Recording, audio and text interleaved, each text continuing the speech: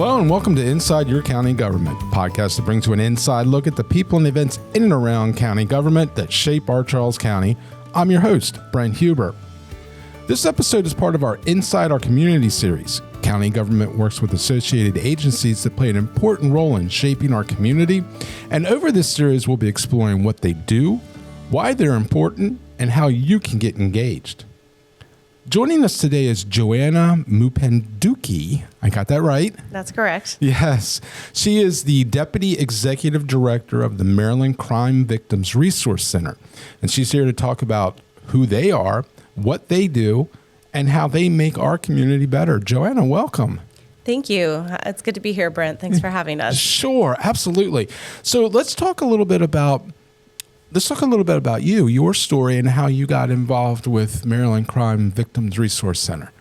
All right. Well, so I've been an attorney for 17 years now, and I've kind of traveled around the country. I started my legal career out in Washington State. Oh, wow. And it was a fun, exciting time out there, but I worked in some small counties as a prosecutor out there.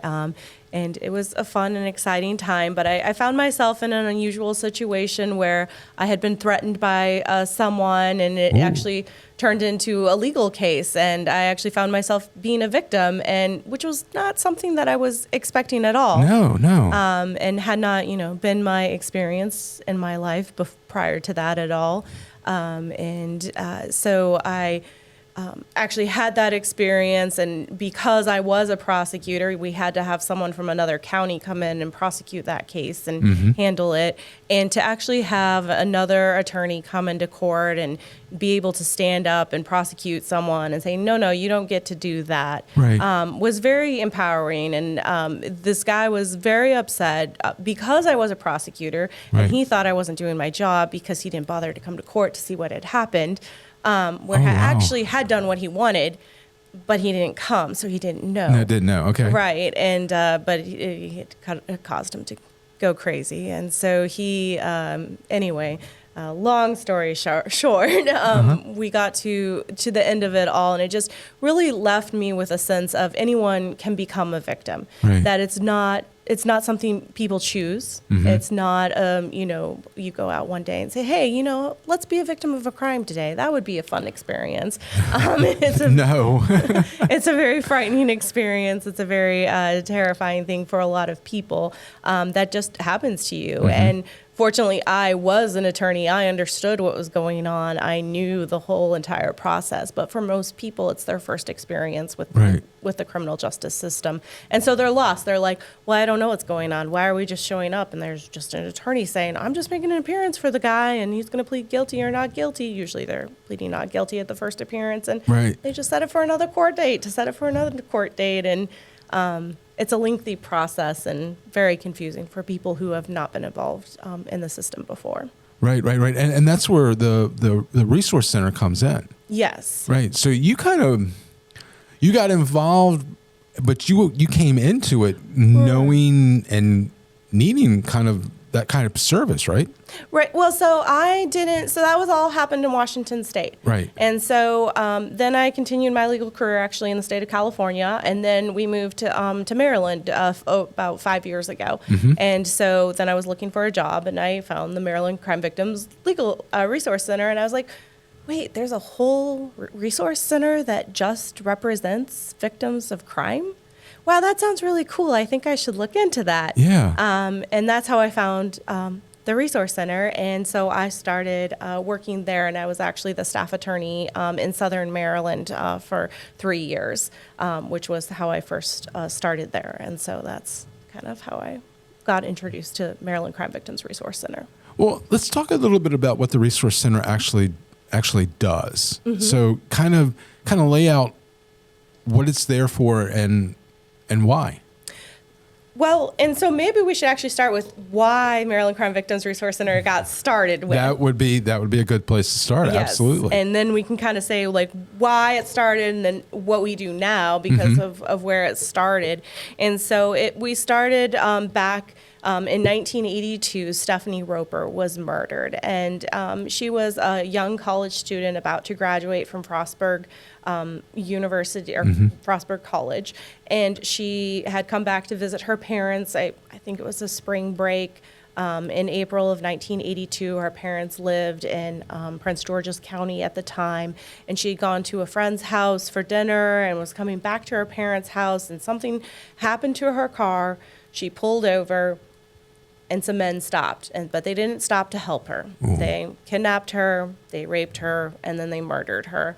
And she was actually missing for several days before her body was found. And it was just a very brutal case, what they had done to her, and what they ended up, confessing a lot of what had happened. And it was just very, very cruel what they did talk about. And so it was a very shocking case at that time. And what happened to our parents after the fact was that they weren't notified about what was going on in court. They weren't told what was going on. They weren't told about plea offers that were made. They were not informed about what the events in the court. They were kept out of the courtroom. They weren't even allowed to make victim impact statements. Oh, wow. Because, yeah, at the time, victim impact statements were allowed, but it was up to the prosecutor to decide if they wanted to present victim impact statements. And then even then, if they wanted to, the judge could decide if they thought it would be appropriate or not. So there was a lot of things. It wasn't the victim's choice, right, or the surviving family members' choices to make that decision. And so they, after that whole experience, were very disheartened with the criminal justice system and saying there are no rights for victims right, in this whole system. And so they said this should not happen to other families. right.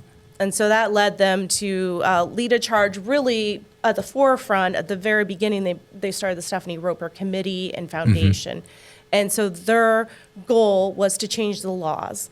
And so the very first year, I think they presented multiple bills, but they were able to get 4 passed. Okay. And one of the very first ones was the victim impact statement, saying that it was no longer the prosecutor's decision or the judge's decision. It was if the victim wanted to present a victim impact statement, they got to present a victim impact statement. Right. So it was now the victim's choice.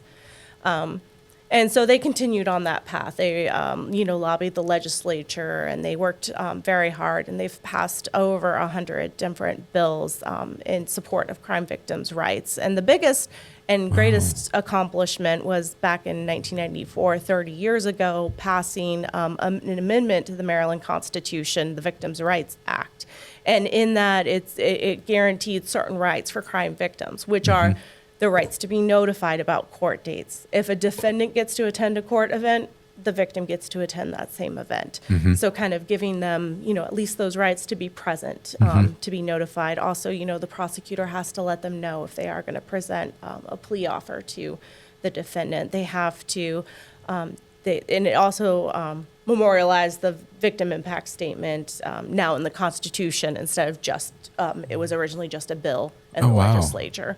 So all of those rights. There's also a right for victims to seek restitution if they want. All of that is now a constitutional right. So, very limited rights when you're looking at like what criminal defendants get, but at least now there are rights that victims have in the Maryland Constitution. So all of that happened. And so basically at the very beginning, it was the Stephanie Roper Committee, and it was very much a volunteer organization.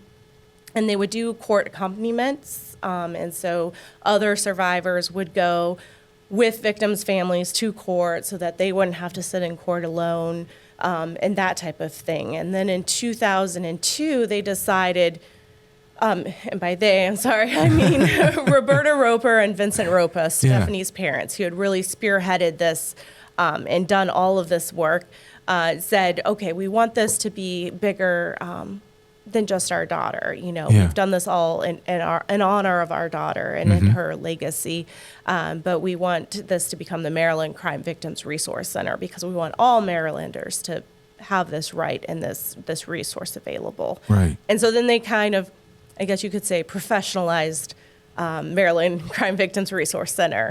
And that's when they actually hired attorneys, and we started to actually represent crime victims in court.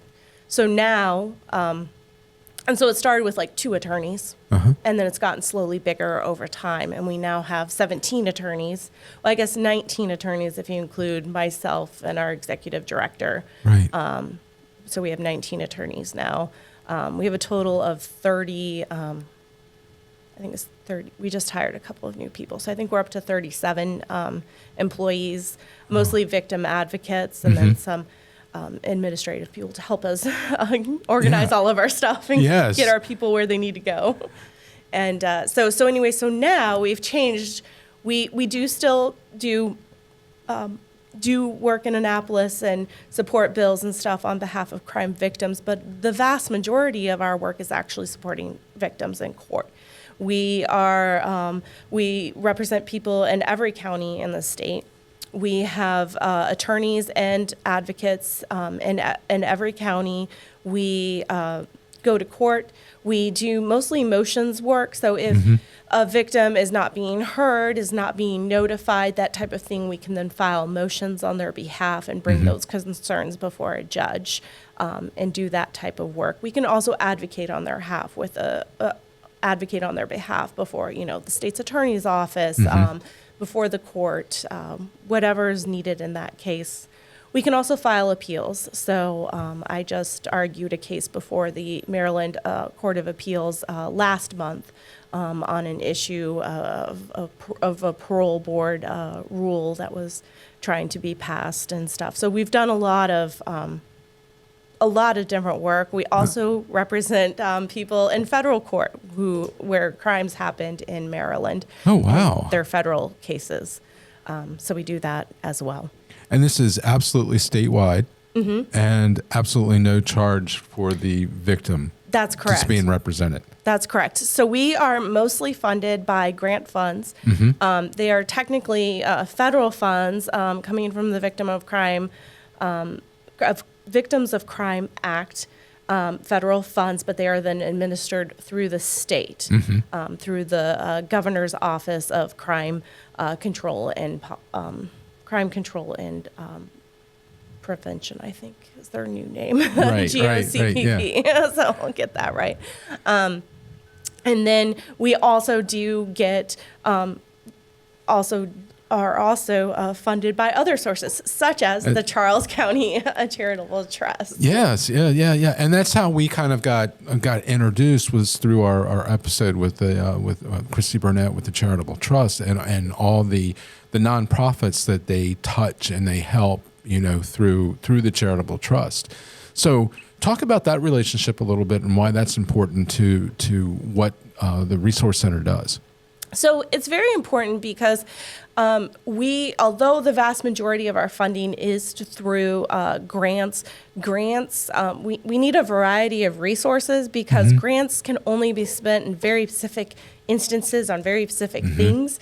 And so when we get other funding, it allows us to spend money in other ways. And in particular, with Charles County Charitable Trust, it allows us to spend the money in particular places, such as Charles County, because we do have a lot of cases here. We have an attorney, it's not me anymore, another attorney who's now based in Southern Maryland. She actually lives in Charles County and does, I would say 60 to 70% of her cases are here in Charles County that she handles.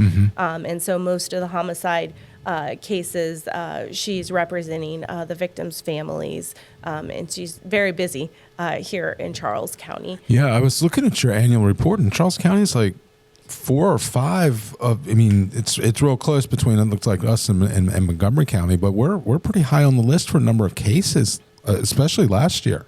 Yes. Well, we have a very good relationship with the state's attorney's office. They do, refer people to us because they do see the benefit of what we do, because we're really able to take the time to walk people through what the process is, because the state's attorney's office is busy. They have a lot of cases going on. They have a lot of other things. And so they certainly keep people informed of what's going on, but they just don't have the time, and they don't represent the victim directly. And so it's a different relationship than having your own attorney who can represent you and talk you through what's going on. And, okay, you need to look for this and that, and we can just help them understand a little bit of the details of what's going on and what they need to be looking for and considering when they're having to make decisions. Oh, yeah, absolutely. And I think this might be a good time, too, to talk about what exactly, well, let's define crime victim, because it's not just violent crime or domestic crime. I mean, it's a crime victim, correct? Yes, that's correct. And that's actually one of the beauties about Maryland Crime Victims Resource Center is that we do not, we represent victims of crime in every respect. So we don't, although I would say we're most known for representing homicide survivors, their families and everything, because that's our founder's story and kind of, where our heart is. Probably most of our cases are not that. It is, right. It's domestic violence, it's theft cases, it's pretty much everything, right. We do it all. And we also, we are able to give free services regardless of your income. So you don't have to income qualify, because there's a lot of people who are not destitute enough to need free legal services, but also can't afford an attorney. Right. There's a huge, just because you have a little bit of money doesn't mean you can afford an attorney. Right. Because attorneys are very, very expensive. Yes, they are. Yeah, sadly. So it's a really great resource. And when people are, when they have experienced a crime, they're just going through a very traumatic time in their life. And so it's a very hard time to be like, oh no, now I need to come up with a bunch of money to spend on an attorney who hopefully could help me. And so it's really nice to be able to offer this service, and they don't have to pay an additional. Yeah, because I can only imagine navigating the court system anywhere is, well, you need an attorney to do it. Yeah. Yeah, I mean, it's very difficult to do otherwise. It's extremely complex. There's rules and procedures, and I guess sometimes they change. So without having somebody there to kind of that you could use as a resource and say, okay, hey, I'm a victim of crime, whatever, help me navigate this, and that's kind of where the resource center comes in. Correct. Right. Correct. Right. So, talk about some of the success stories, some of the good things that have come from the efforts of the Crime Victims Resource Center. Well, so I actually want to talk about one thing that's actually really new to our Resource Center this year is we've started, one of the things that a lot of crime victims have struggled with is going through a traumatic event and needing, counseling services. Oh. And the price is also usually a very difficult thing to overcome. Yes. And so that's always been an issue. And we've had, people we refer them to and stuff, but usually they'll have a smaller program and there's a wait list and it's difficult to get people in. And so this year, through our funding, we were able to get additional funding to start a program. And so we contract now with a program called Safe Harbor, which is a large, Safe Harbor Behavioral Care, a large mental health a program here in Maryland, and they have physical offices. I think they go as far north as Frederick, Maryland. They do have offices in Waldorf, they do, and then, in the greater DC, Baltimore area as well. Right. And then they do have telehealth services as well. And so now if crime victims are needing mental health services, we can refer them to them. We cover the first 6 sessions, and then after that, we get insurance involved so that our resources can go further. And then we cover the, if there are deductibles that need to be paid, we cover those as our funds allow. And so far, we've been able to cover them. So we started that just at the beginning, so June 1st. Right. And we have now, I believe, as of last Friday, we had 61 referrals that we've made to our program now. So we're really excited about that program and our ability to keep that going. That's kind of a wow, that's a lot, and wow, that's a lot. I mean, there's kind of two sides to that, but that's amazing that you can offer that. Yeah, and it's something we've talked about for a long time, and we're finally able to get the funding to find the contractor to actually make it happen. Because we had previously tried to do it with an in-house social worker and stuff, but then we had issues with the social worker being a mandatory reporter and with having to maintain client confidentiality as attorneys. And there was, some conflict there. And so we were like, well, this isn't going to work. And so now we're like, okay, now they're a contractor, so we're just paying them. We're not sharing information. Exactly. And so we're good there. Yeah. And so it's been working out very well. We've been, 4 months now. So Yeah. been very happy. Wow.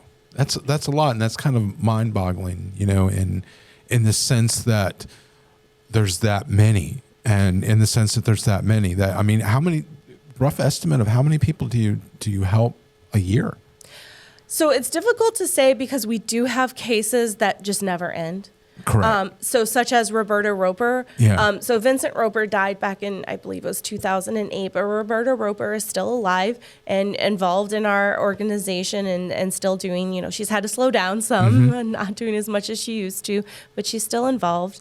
And one of the men who killed Stephanie Roper is still going through post-conviction hearings, and she's still having to attend court. Wow. So 42 years later, that case is still alive and well. So that case is still open. So we have a lot of those on those violent crimes. They never die.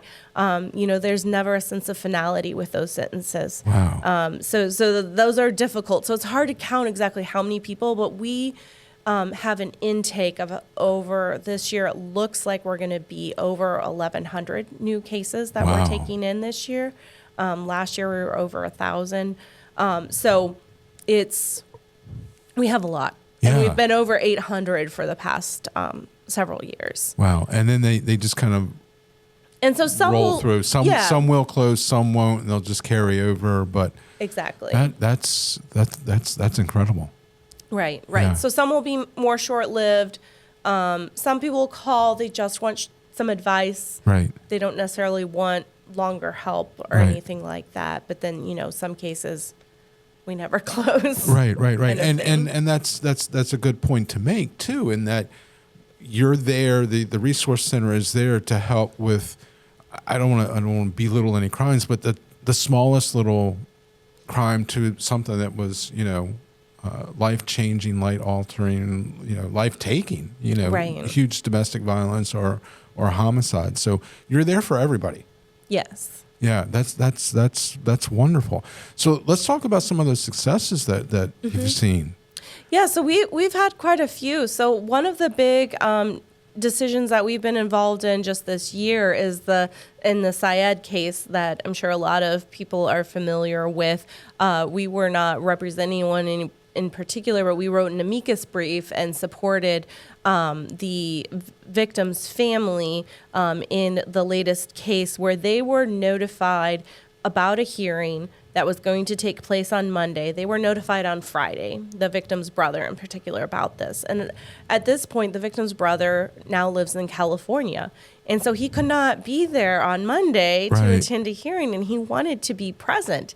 He knew this was an important hearing. And so he appealed that decision, and he just won that decision. And so one of our brilliant attorneys, Victor Stone, who worked as an appellate attorney for the Department of Justice for a long time, had a great career there, and has been working for us for, I think he's worked for us for 10 or 12 years now.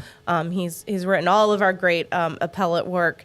And so he wrote a brilliant amicus brief that very much the court followed in their decision, in their written decision. And they said, no, that is not reasonable notice to a victim. If a victim says they want to be present in court, the court needs to give them that, because all he asked for was a week to be present physically in court.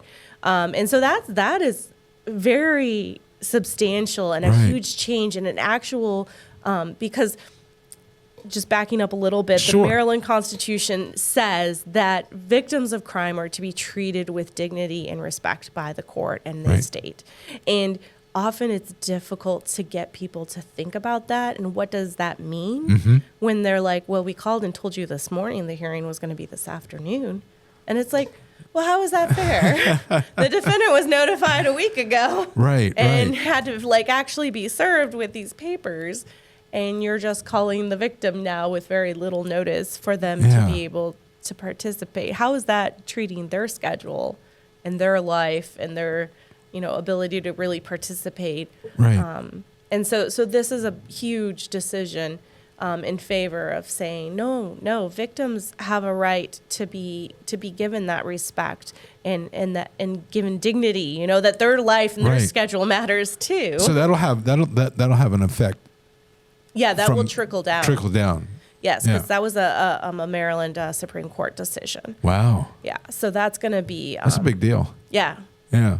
So that was a recent big decision that Right. we're very excited about. So because we're like, this is going to help victims all across the state, Right. and we're very happy about that. So I can see that. Yes, definitely.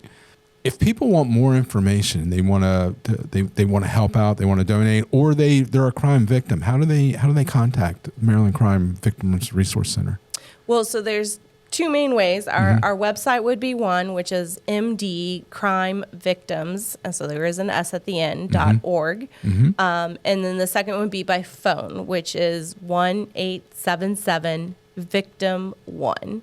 And so whichever people are more comfortable with. Right. So they can either call us or they can go to our website. And if you go to our website, you can do what's called an intake form online where you tell us, this is my county, this is the type of crime that I have, this is what I need assistance with. And then we can direct you to the right person. And if you call, you're going to tell them, hey, I'm in this county, or the crime happened in this county. Right. And then they're going to connect you directly to the advocate for that county. Okay. So you don't have to talk to a million people and tell your story 20 times. Just Right. tell them where the crime happened first, so we can get you to the right person, and then you can talk to that person. Right. And then they can kind of figure out where you are, what you need, and we go from there. Awesome. And if people, do you accept volunteers, do donations and anything like that? Yes, we certainly do. And all of that information would be on our website. On the website, That's yeah. probably the best way, but you can also call for that as well. Absolutely. Wonderful. Joanna, thank you so much. Oh, Such a thank you. wonderful service, and I'm glad there is a connection between the Resource Center and Charles County. Yeah. We're wonderful happy to be service. here. We enjoy Charles County and have a great relationship with the people here, and enjoy working here very much. Awesome. Thank you so much. So thank you all for joining and listening today. So remember, local government is strongest when we all participate. So until next time, stay engaged, stay connected. Thanks for listening. If you like this podcast and want to hear more, search Charles County Government on Apple Podcasts, Spotify, or wherever you get your podcast. And be sure to like and subscribe. We're also available on YouTube. Search Charles County Commissioners. And stay connected for all county news, information, and programs by visiting www.charlescountymd.gov/stay connected.